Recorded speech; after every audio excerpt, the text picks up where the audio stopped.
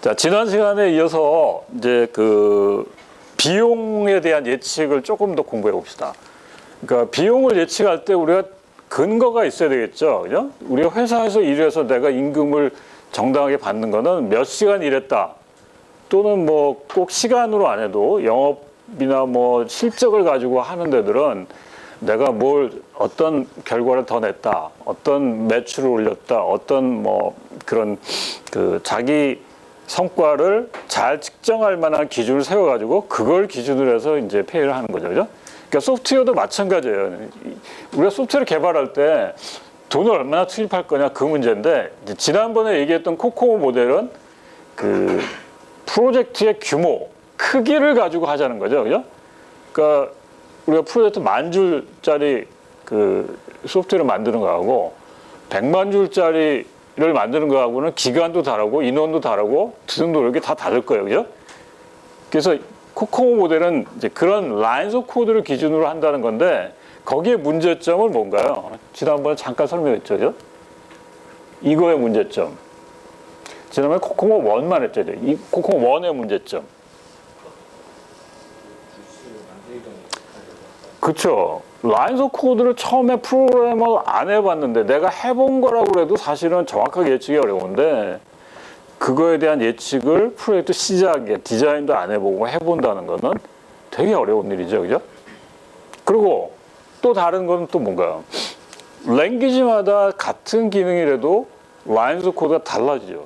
그죠? 여러분 C로 짠 거하고 자바로 짠 거하고, 또 어떤 경우 뭐 요즘 나오는 스크립트 언어로 짠 거하고, 또 비주얼 계통의 그 이제 뭐 그런 걸로 짠 거하고는 다 다르죠. 그죠?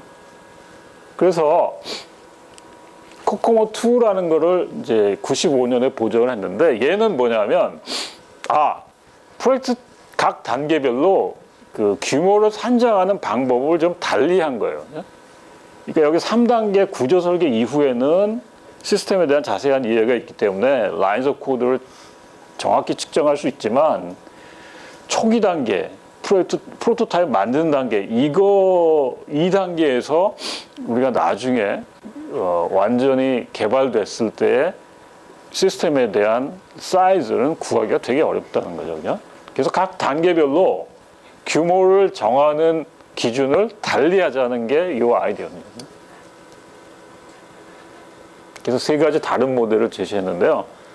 첫 번째 단계 프로토타입 만든 단계는 이제 응용 점수라는 걸 계산하자는 거예요. 우리 뒤에 나오는 기능 점수하고 비슷하거든요. 이건 무슨 얘기냐면, 프로그램 안에 뭐 입력 기능이 있고 출력 기능이 있고 뭐 그 안에 계산할 수 있는 기능이 있고 뭐 통신 기능이 있고 이런 기능들이 있죠. 그죠? 그럼 기능들을 전부 카운트하고, 그 카운트된 기능들이 이게 단순한 거냐 복잡한 거냐 뭐 보통이냐에 따라서 가중치를 다르게 두는 그런 기능 점수에 해당하는 겁니다. 그러니까 간단히 얘기하면 화면 하나 정도 만드는데 우리가 노력이 얼마나 드느냐 이거를 카운트하는 거죠. 그럼 랭귀지하고 관계없죠. 그죠? 그 다음에 2단계에서는 조금 더 깊이 있게 뭐 모듈을 카운트해 본다든지 그 디자인을 보고 좀 그 판단하는 거. 그 다음에 3단계는 거의 모듈 결정됐으면 모듈 안에 사이즈 같은 거는 어느 정도 비슷하게 우리가 예측할 수 있거든요. 그래서 그 라인스 오브 코드로 카운트하는 겁니다. 그래서 추정 과정은 요거는 좀 복잡한데요. 그러니까 그 컴포넌트나 기능의 개수, 그러니까 우리 보통 입력 화면 같은 거 뭐 기능, 뭐 출력하는 것도 기능이라 그러면 출력 리포트 같은 게 하나의 폼이라 그러면 그것도 하나로 카운트가 되겠죠. 그죠? 그래서 그런 기능을 카운트해 보고요. 그 다음에 복잡도 수준. 똑같은 화면 하나라도 하나하나 화면 만들 때 내용이 입력 필드가 되게 많거나 복잡하거나 뭐 이러면 좀 프로그램이 길어질 수도 있죠. 그죠? 그래서 그 복잡도의 수준을 결정하고요. 그 다음에 가중치를 가지고 오브젝트 점수를 계산해서 그걸 가지고 이제 그 전체 라인스 오브 코드를 예측하는 맨먼스를 예측하는 그런 방법. 그래서 여기 지금 PROD라는 건 뭐냐면, 여기 있는 이 점수 하나, 오브젝트 점수를 하나 계산할 때 하나를 위해서 우리가 노력이 얼마나 드는지는 자기 팀마다 그런 통계치가 있어야 돼요. 그러니까 생산성이죠, 그죠? 그러니까 원 오브젝트 포인트를 구현하기 위해서 드는 노력, 맨먼스가 얼마냐. 그래서 프로젝트 맨먼스를 결정합니다. 그래서 이게 이제 나중에 그 기능 점수를 구하는 기초가 된 거고요. 네, 그 다음에, 그거는 지금 없는데, 예, 책에 보면 요 1단계, 2단계, 3단계에서 구체적으로 뭘 기준으로 해서 하느냐, 그런 내용들이 나와 있고요. 요 3단계에서 하는 거는 거의 앞에 있는 코코모 그 1단계에서 했던 그 라인즈 오브 코드를 하는 거하고 거의 유사해요. 자, 그러면 기능 점수를 좀 보죠. 사실 기능 점수가 이제 코코모 2에 있는 거를 좀 잘 다듬어 가지고 그 오브젝트 포인트라는 걸 이제 펑션 포인트라는 이름으로 했지만 거의 이제 유사한 그런 방법인데요. 예, 아까도 얘기했지만 정확한 라인 수가 처음에는 카운트하기 어렵잖아요, 그죠? 그렇지만 카운트할 수 있는 거는 우리도 이번에 프로젝트 하면서 UI 설계하면 UI의 입력 화면이 몇 개 정도 나오겠다, 출력 화면 몇 개 정도 나오겠다, 또 그 안에 어떤 탐색하는 기능들, 뭐 서치 엔진 같은 게 몇 개 나오겠다, 이런 거는 알 수 있죠. 카운트할 수 있죠. 그죠? 그래서 그걸 기초로 하자는 거예요. 그 다음에 그 기능 중에 어떤 거는 단순할 거고 어떤 건 복잡할 거니까 거기에는 가중치를 주고, 그 다음에 각 기능의 전체 펑션 포인트를 다 더하는데 나중에 그거를 기능 점수 하나를 구현하기 위한 라인즈 오브 코드가 대충 통계가 나온 것들이 있거든요.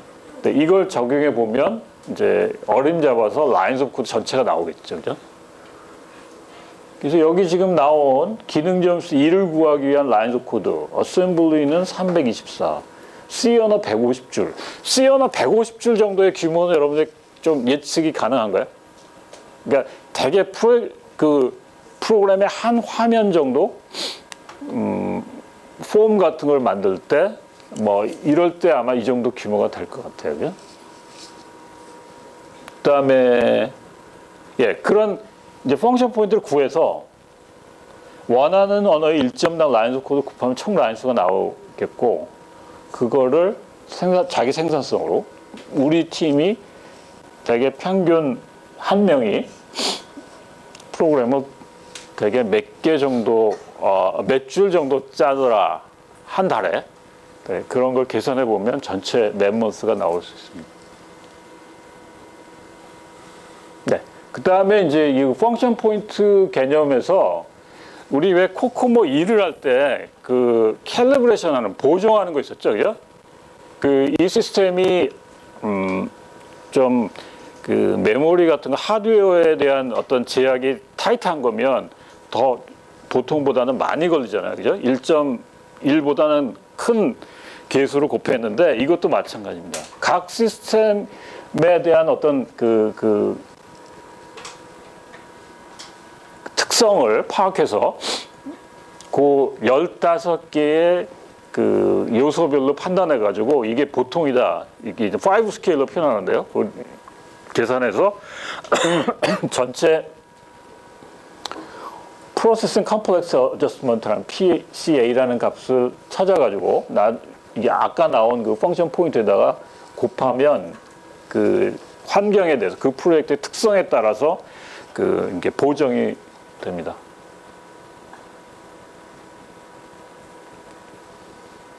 그래서 요게 지금 구체적으로 여기서는 지금 5가지 기능을 보거든요. 그래서 입력, 출력, 그다음에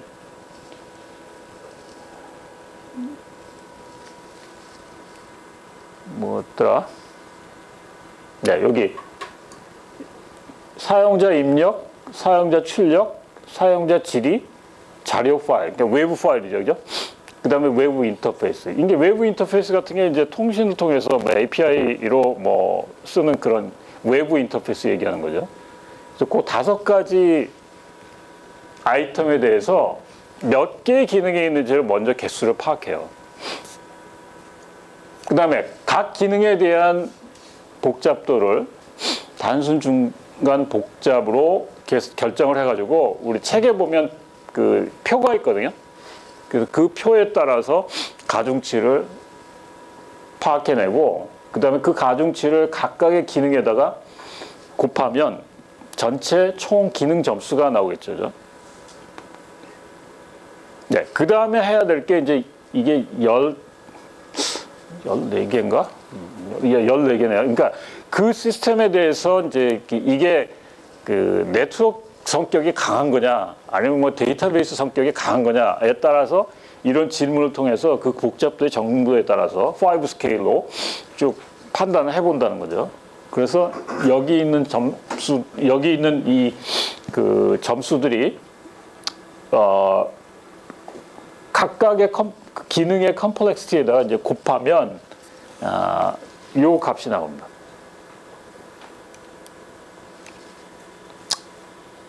그래서 그 내용이 요 식에 넣어져서 전체적인 펑션 포인트가 나옵니다.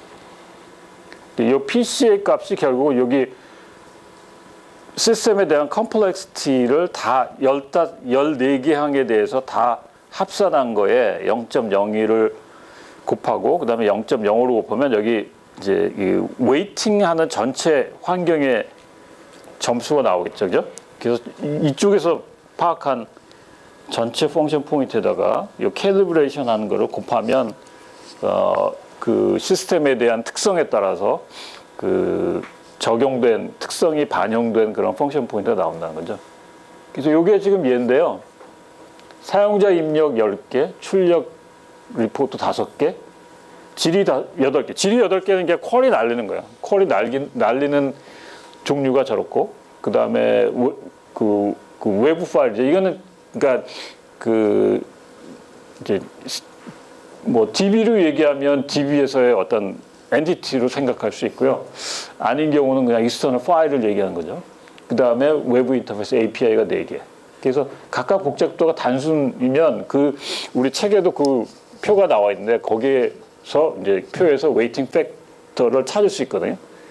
그래서 각각의 10개 나온 거에 요 입력들이 어떤 웨이팅 팩터인가 보고 해서 찾으면 됩니다. 그래서 여기 지금 GPA가 10개짜리가 지금 보통에 대한 웨이팅 팩터고요. 5개에 대한 웨이팅 팩터, 8개에 대한 웨이팅 팩터 쫙 다 보통이라고 그냥 했으니까. 그래서 전체 펑션 포인트가 304가 나온 거예요. 304라는 거는 거의 그러니까 화면과 출력과 뭐 이런 전체 기능, 그러니까 단위 모듈 정도 생각하면 될 거예요. 그런 모듈들이 304개 정도 된다. 그 다음에 이제 아까 얘기했던 시스템의 그 특성에 따라서 보정 개수를 구해야 되는데 아까 우리 식이 있었죠, 그죠? 요 식에다가 요 14개에 대한 아이템에 지금 중요한 게 여기서는 뭐 이게 두 개 다 3이었다고? 이게 왜 이렇게 하나는 다른 것 같은데? 이게 지금 두 개 중에 하나는 틀린 것 같죠, 이제? 이게 하나는 5가 돼야 될 것 같은데. 하여튼, 그 12개의 팩터에 대해서는 보통이 나왔고, 2개의 팩터에 대해서는 좀 더 큰 게 나왔을 거예요, 그죠? 그래서 다 보정 개수를 구해보니까 1.11이 나와서 304 펑션 포인트에다가 1.11 곱하면 337.44로 지금 캘리브레이션 된 거죠. 보정이 된 거죠. 그거를 지금 이 생산성, 이 팀이 한 주에 대개 펑션 포인트 몇 개 정도 완성하느냐. 지금 60개 정도 완성한다는 생산성이 있으니까 그걸 나누면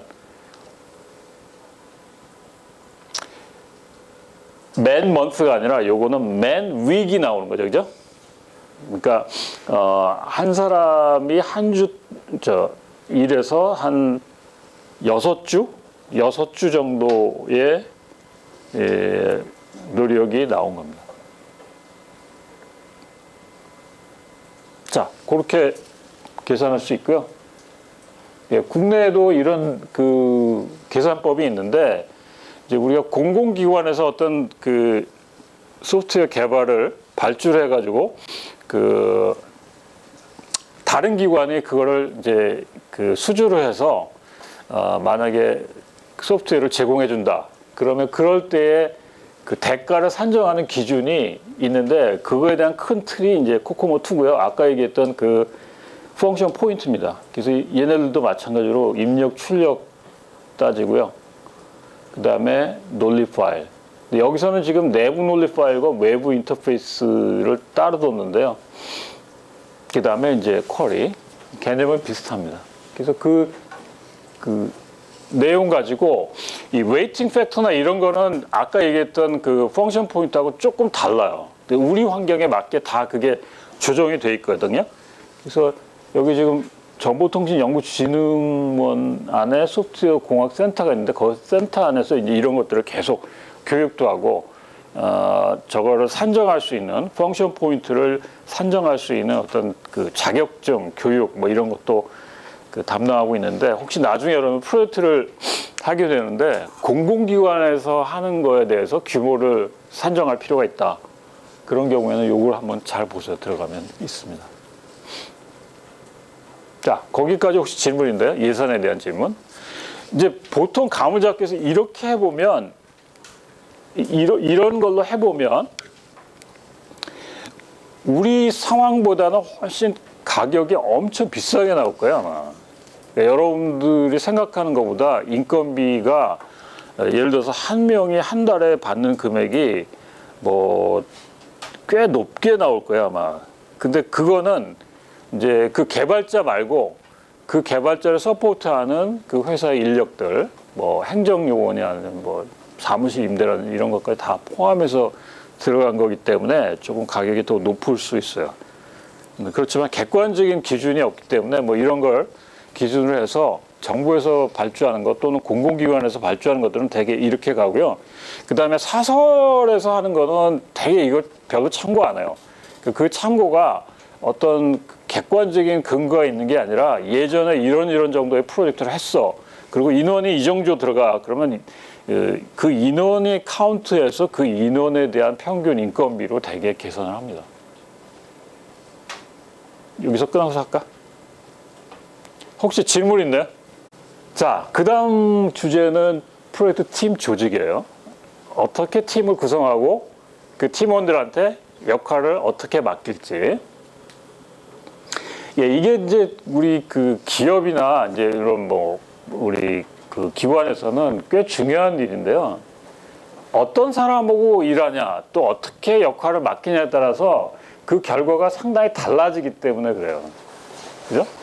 우리 작업의 특성과 팀 구성원사의 의사교류, 여러분들이 이번 학기 해봤지만 각각의 능력이 굉장히 탁월한데도 이게 의사소통이 잘 안 되고 서로 역할이 잘 분담 안 되고 이 사람 프로그램하고 연관이 되는데 잘 소통이 안 돼서 인터페이스가 안 돼. 프로그램 아무리 잘하는 사람이 개발을 했다 그래도 같이 연동을 해야 되잖아요. 그죠? 안 되죠. 그죠?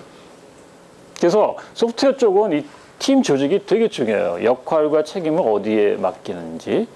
그 다음에 그런 사람들이 어떤 통로로 정보가 전달되고 의사결정을 하는지. 그 다음에 중요한 거 어떻게 갈등을 해소할 건지. 그래서 IT 기업에 가보면요. 되게 독특하게 팀 조직을 가지고 가는 경우가 되게 많습니다. 다 그런 이유가 있어요. 생산성을 극대화하기 위해서. 그죠? 그래서 팀 역할을 매니저, 그 다음에 시스템 운영자, 그 다음에 시스템 설계하는 사람, 개발자, DBA, 그 다음에 QA, 그 다음에 테크니컬 서포트. 테크니컬 서포트는 이제 큰 기업에서만 있는데요. 이제 개발자들이 뭔가 하다가 내가 잘 모르겠어. 그리고 새로운 도구가 도입돼야 되는데 그거를 배울 시간이 없어. 그러면 기술 지원 팀에서 잘 배워가지고 도와주고 가르쳐주고 뭐 그런 역할입니다. 하드웨어 엔지니어, 웹 개발자 뭐 이렇게 역할이 많이 분담이 될 수도 있는데 그 대기업일수록 이런 것들이 잘 분담되지만 작은 기업에서는 두세 가지 역할을 자기가 할 수도 있겠죠. 그죠? 자, 그래서 팀을 조직하는 스타일을 좀 생각해 봅시다. 아주 전통적인 거는 이거예요. 직능별 조직. 네, 이건 뭐냐면 자기 특기를 가지고 자기 특기에 맞게 자기가 할 일만 하고 빠지는 거예요. 자, 분석하는 팀, 설계하는 팀, 개발하는 팀, QA팀, DB팀이 따로 있어가지고 이 프로젝트가 시작되면 분석하는 팀이 처음에 열심히 분석하고 설계해서 분석해서 넘겨주면 설계팀이 해가지고 그다음 코딩하는 팀에다 넘겨주고 QA팀에다 넘겨주고 뭐 이런 식으로. 그러니까 팀원은 한 부서에 속하 있지만 프로젝트 협력은 각 부서별로 하고, 그죠? 그다음에 어떤 경우는 여기 앞에 일한 팀이 프로젝트에서 일하고 자기 임무가 끝나면 빠지는 그런 식으로 일하는 경우가 직능별 조직입니다. 그 정부에서 하는 모든 프로젝트들이 다 이런 식으로 그냥 그러니까 다른 걸 몰라서 그런 건지 아니면 다른 걸 아는데 이게 그냥 효율적이라서 그러는 건지는 잘 모르겠어요. 하지만 다 그냥 이런 형태로 갑니다. 그냥. 자, 두 번째 프로젝트별 조직은요. 여러 역할을 하는 사람들이 한 팀이 돼가지고 일하는 거예요.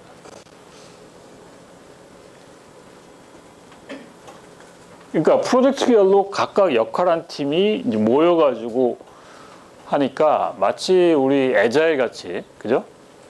이 팀원 안에서 여러 가지 역할을 담당하는 사람들이 한 조직이 돼서 일하니까 훨씬 의사 경로가 짧을 수 있죠, 그죠? 왜냐하면 이 안에서 그냥 똘똘 뭉쳐서 하는 거니까 다른데 이 다른 프로젝트 팀하고 의사결정할 일은 없잖아요, 그죠? 그렇지만 이거는 어떻습니까? 여기 뭐 개발할 쪽에 문제가 생겨가지고 코딩하다가 이쪽에 물어보려고 그러면 팀 리더를 통해서 이렇게 연락하거나 뭐 직접 할 수도 있겠지만 대개 의사결정들이 굉장히 수직적이고 인터페이스가 되게 많거든요.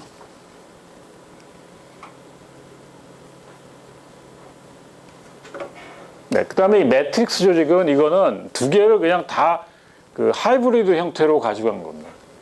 그러니까 프로젝트에 대해서도 내가 소속이 돼 있고 직능별로도 소속이 돼 있어서 프로젝트 진행할 때는 거기에 해당하는 사람이 쫙 모여서 하고 그 프로젝트가 어느 정도 자기 일이 끝나면 또 자기 원래대로 이렇게 돌아가고 이렇게 해서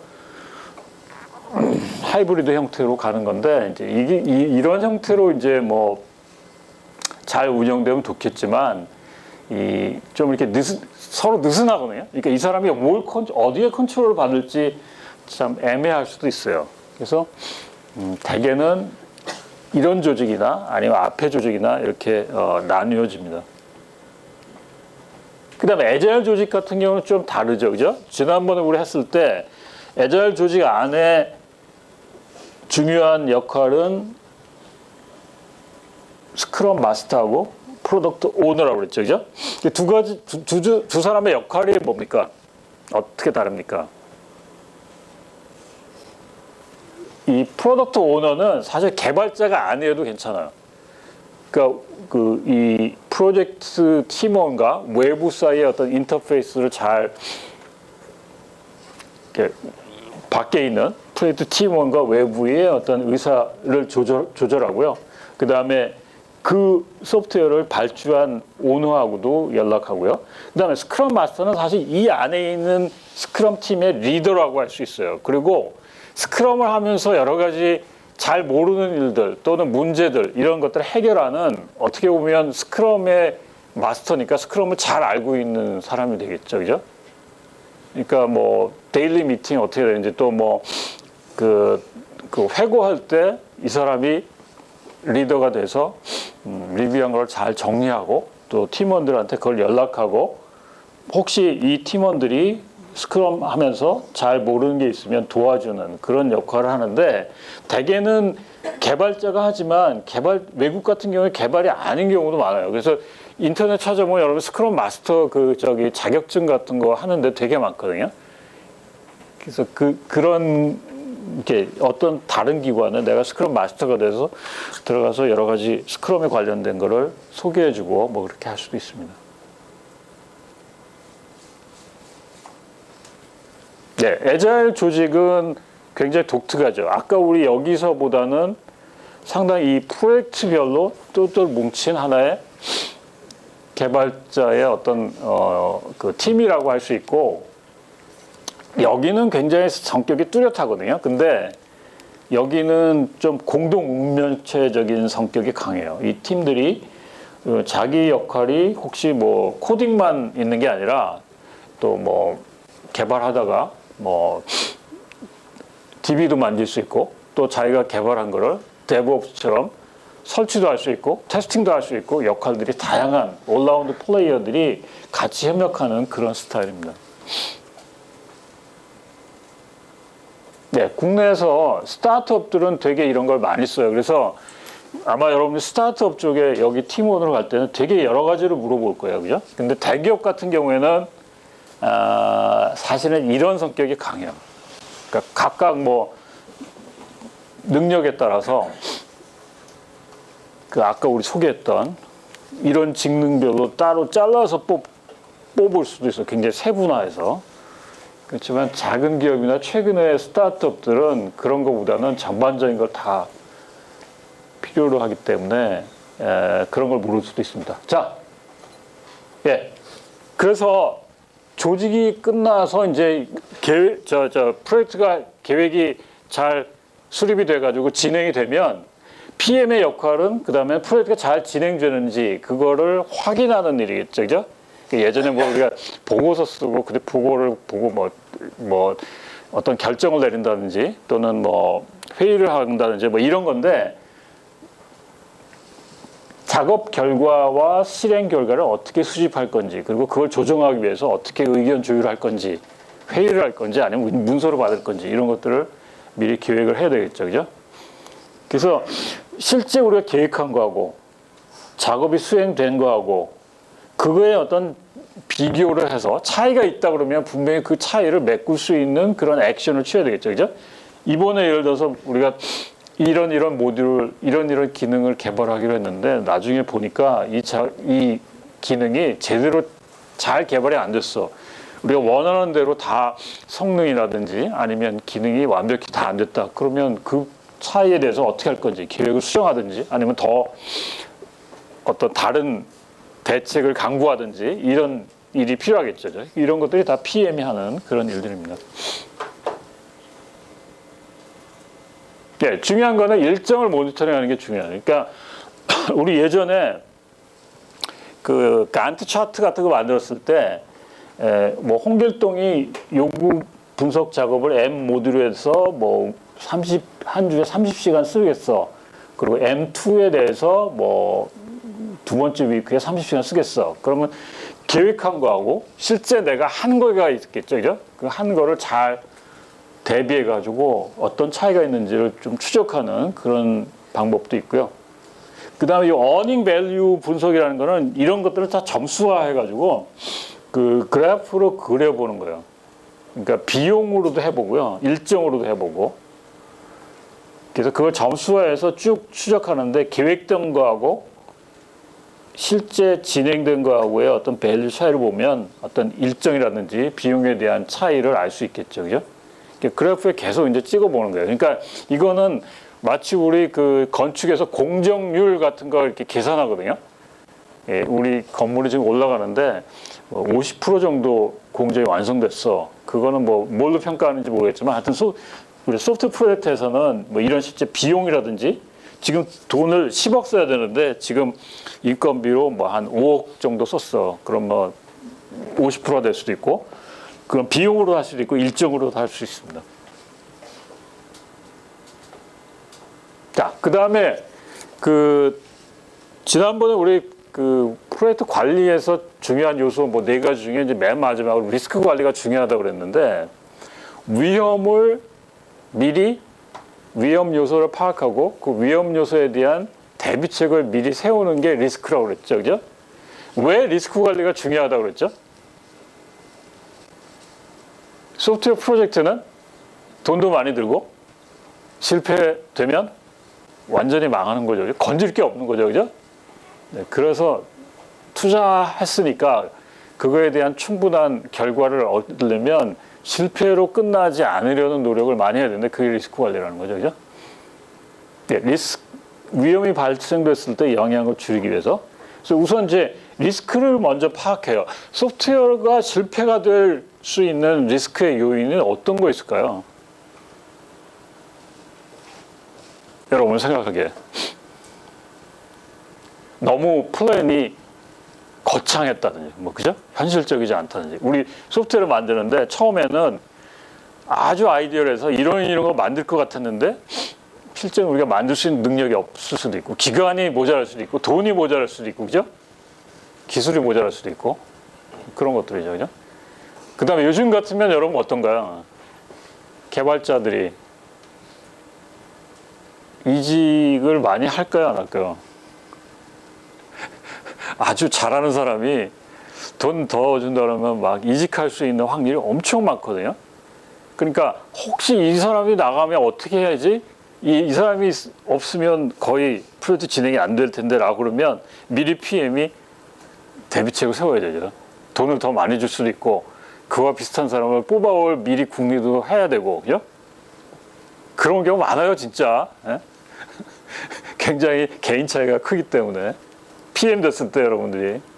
자, 그래서 리스크를 파악하는 방법인데, 뭐 회의를 할 수도 있고, 할 수 있는데, 하여튼 중요한 건 이겁니다. 맨 오른쪽에 있는 거 봅시다. 저게 이제 메리 보엠이라는 사람, 그 코코모 제안한 분이 10가지 소프트웨어 관련된 프로젝트에서 제일 많은 리스크 10가지를 제안했는데요. 인력 부족. 이거는 진짜 아직도 계속 부족합니다. 뭐 지금 여러분들 취업하는 거는 눈으로 보기엔, 피부로 느끼기에는 야, 이렇게 인력이 많은데 들어갈 수 있는 자리가 없는데 뭐 이렇게 생각하지만 회사 입장에서는 할 수 있는 일을 맡길 만한 능력이 있는 인력이 부족하다고 생각해요. 늘. 특히 중급 이상은 다 그럽니다. 비현실적인 일정과 예산. 항상 일정이 타이트하다고 생각되거든요. 충분히 안 줘요. 그 다음에 잘못된 기능과 특징 개발. 이 밑에 있는 거는 이제 뭐 분석이 잘못됐거나 아니면 요구 분석이 잘못된 경우인데요. 그 다음에 과포장. 이것도 되게 많습니다. 프로젝트 시작할 때는 다 될 것 같이 우리가 생각해서 이것도 되고 저것도 됩니다. 라고 우리가 그 수주하기 위해서 그렇게 과포장하는 경우인데 이것도 되게 위험한 일이고요. 계속적인 요구 변경. 있을 수 있죠, 그죠? 그러니까 우리가 애자일을 쓰는 이유가 저런 것들인데 미리 이제 잘 요구사항을 잘 파악해서 끝까지 갈 때까지 우리가 이 변경을 혹시 이제 수용을 할 수 있으면 수용하는 계획이 변경되는 루트를 만들고 창고를 만들고 만약에 요구 변경을 하면 안 된다 그러면 딱 어느 순간에는 프리징 할 수 있어야 됩니다. 외부에 보일 만한 컴포넌트의 빈약. 저건 뭐 그렇게 많지는 않은 일인데요. 굉장히 중요한 일이죠. 그죠? 그 외부에 보인다는 거는 뭐 UI 컴포넌트나 아니면 아주 중요한 그런 기능이 들어가 있을 텐데 그런 게 안 된다 그러면 문제가 되겠죠. 그죠? 실시간 성능의 빈약. 이런 경우도 사실 대규모로 또는 큰 시스템인 경우에 기능은 잘 돌아가는데 성능이 안 좋아서 뭐 인원이 조금만 많이 접속을 하면 다운된다든지 안 된다든지 이럴 수 있죠. 그죠? 네, 저런 경우도 흔합니다. 그래서 이제 뭐 클라우드 쪽으로 가야 되는데 미리 이제 대책을 세워야 되죠. 그죠? 녹슨 컴퓨터 분야의 기술. 그러니까 옛날 기술을 가지고 최근에 요구를 수용하기는 되게 어려워요. 그죠? 굉장히 요구가 크고 또 그 IT 시스템이 이제 쓰이는 경우가 많기 때문에 미리 잘 저런 걸 대비를 해야 되겠죠. 그죠? 그 다음에 여기 뭐 제조와 관련된 서비스와 관련된 일반적인 위험들인데 오른쪽에 있는 그 소프트웨어 관련된 거 이런 걸 좀 잘 알아두고요. 그래서 그 리스크 요소를 파악한 다음에는 각 요소별로 영향도를 좀 파악해 볼 필요가 있어요. 이 리스크가 만약에 문제가 됐을 때 얼만큼 파급 효과가 있는지, 그죠? 자, 굉장히 하이 리스크가 있을 수 있고요. 그 다음에 로우 리스크가 있을 수 있고, 미디엄이 있을 수 있고, 아주 익스트림 하이가 있을 수도 있어요. 그냥. 그래서 여기는 뭐, 리스크 발생 가능성과 그거에 대한 어떤 파급 효과, 그거를 나눈 건데요. 그러니까 파급 효과가 뭐 별로 크지는 않을 것 같아. 그리고 리스크 발생이 뭐 무시할 만하다. 그러면 굉장히 로우죠, 그죠? 근데 파급 효과가 무시할 만하지만 일어날 확률이 되게 많으면 리스크가 높은 거죠, 그죠? 여러분들이 소프트웨어를 개발해서 릴리스했는데 아주 작은 오류를 해서 이게 뭐 무시할 만하지만 이게 자주 발생한다. 아, 그러면 사용자가 진짜 그 시스템을 잘 신뢰를 못하고 이용 못하겠죠, 그죠? 그래서 이런 식으로 이제 좀 분석을 해서 그 리스크에 대해서 대책을 강구하는 게 필요합니다, 그죠? 여기 있는 이런 익스트림 하이에 해당하는 그런 요소들에 대해서는 분명히 이 리스크가 발생했을 때 어떻게 우리가 하겠다는 액션 플랜이, 대비책이 미리 강구돼 있어야 그 문제가 일어났을 때 빨리 우리가 대처할 수 있어요. 그래서 위험 요소를 해소하기 위한 방법이라든지 아니면 위험 요소 발생했을 때 그거를 복구하는 방법이라든지 그런 것들을 미리 알아두고 미리 계획을 세워놓는 것. 예, 어떤 경우는 이제 계획을 변경할 수도 있어요. 그죠? 그 다음에 그 리스크에 관련된 책임을 우리가 못하겠다. 그러면 잘하는 팀한테 의뢰를 할 수도 있어요. 그죠? 특히 우리 팀이 예를 들어서 이런 하드웨어에 대해서는 잘 모르니까 그 하드웨어를 공급하는 업체에 같이 그 MOU를 맺어가지고 이쪽에 기술 지원을 받는다든지. 그죠?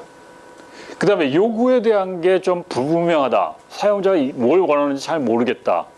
그런 경우는 미리 네가 원하는 게 이거야 라고 딱 보여주면 되잖아요. 그죠?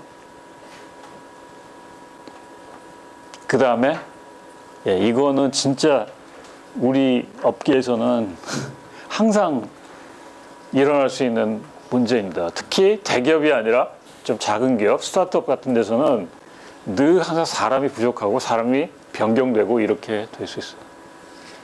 그 다음에 IT 쪽은 우리가 제조업 쪽은 그래도 이제 유저하고의 어떤 거리가, 유저에 대한 어떤 리퀘어먼트가 한 모델이 나와서 그 다음 모델을 만들 때 반영이 되거든요. 근데 소프트웨어의 경우에는 그거보다 만들 때 어떤 협업해야 되고 의견을 조율해야 되고 이런 경우가 되게 많아요.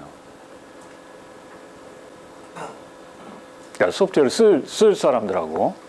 그래서 애자일 같은 경우 이게 이제 굉장히 중요하게 생각하는 건데, 이제 다른 뭐 워터폴이라든지 아니면 아까 우리 그 다른 전통적인 것에서는 이런 외부의 그 관련자하고 뭐 이 프로젝트를 이 프로젝트 결과를 사용할 사람, 뭐 발주할 사람 또는 이 시스템하고 연동되는 부분이 굉장히 많거든요. 또 하드웨어도 그렇고 그런 협업들이 되게 중요합니다. 자, 거기까지 혹시 질문 있나요? 그 네 가지 잘 알아두세요. 프로젝트의 계획 안에 그 범위를 먼저 정하는 거, 그 다음에 일정을 계획해 보는 거, 비용을 계획해 보는 거, 그 다음에 조직을 계획해 보는 거. 그거까지. 그 다음에 이제 좀 큰 프로젝트라면 리스크까지. 그래서 네 가지인데 이제 리스크까지 한 5가지의 아이템이 프로젝트 관리에서 중요한 일들입니다. 자, 그래서 프로젝트 계획이 끝나면 이런 문서가 나와야 되죠, 그죠? 여러분들은 SOW라서 Statement of Work이라고 해서 아주 간략하게 기능에 대한 것만 계획을 하고 역할만 딱 썼는데 실제 계획서 안에는 이런 내용들이 다 들어가야 돼요.